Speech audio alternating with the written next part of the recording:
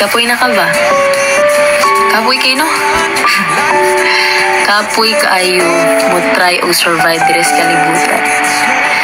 And I just want to remind you guys, do not doubt yourself nga dili na nimo kaya nga butang.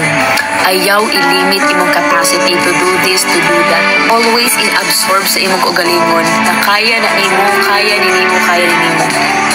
That's the time na makaingon ka sa imong kaugalingon. Oh, ano di ko diri nga point.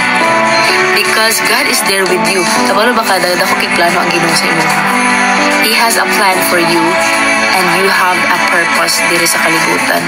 Munang ayaw i-doubt imong kaugalingon nga, oh my God, inanira akong status.